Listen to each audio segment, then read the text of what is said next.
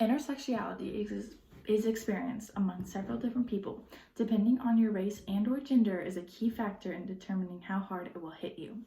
I personally experienced it by being a woman, and women are ideally treated differently because they are thought of as less of a person. I experience the world differently than a man would experience the world. There are several different disadvantages to being a woman, whereas there are only a few female privileges, like getting the door held for you or getting drinks paid for you. The workplace is not a fun place for women either because it's easy to be flirted with and messed with, or they're not taken seriously because they are not as smart as men. The beauty standards are extremely high for women. It's insane how expensive it is to be a woman and how much you get judged on like your own personal things. It's also very easy for women to fear their life if they're going to be alone or walking. It's scary. It would be different if I was a man because it'd be less terrifying in my eyes because I wouldn't be as scared to be alone because men are seen as like the superior gender. Less standards, not much expected of looks, like bumming as a man is ideal.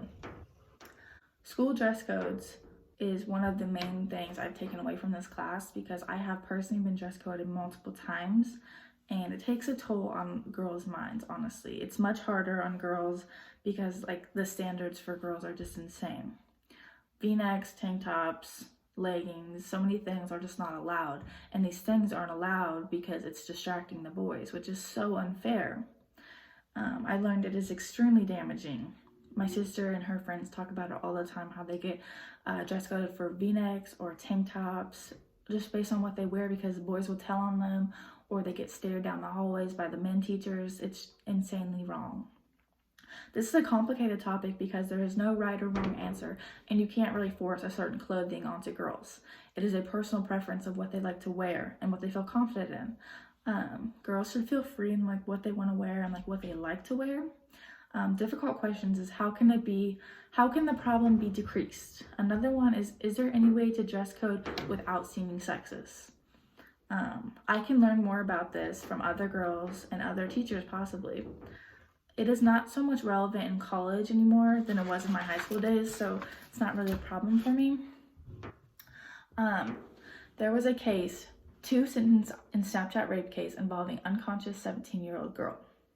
The key term is consent, permission for something to happen or agreement to do something. The consent is a main factor in determining whether it was a rape or not case.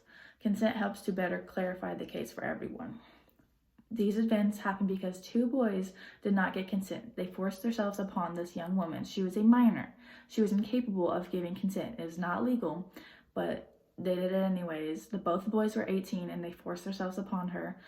Consent helps clarify the details on how this was not wrong and this was not allowed.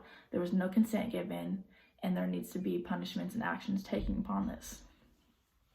A plan for action. Poverty.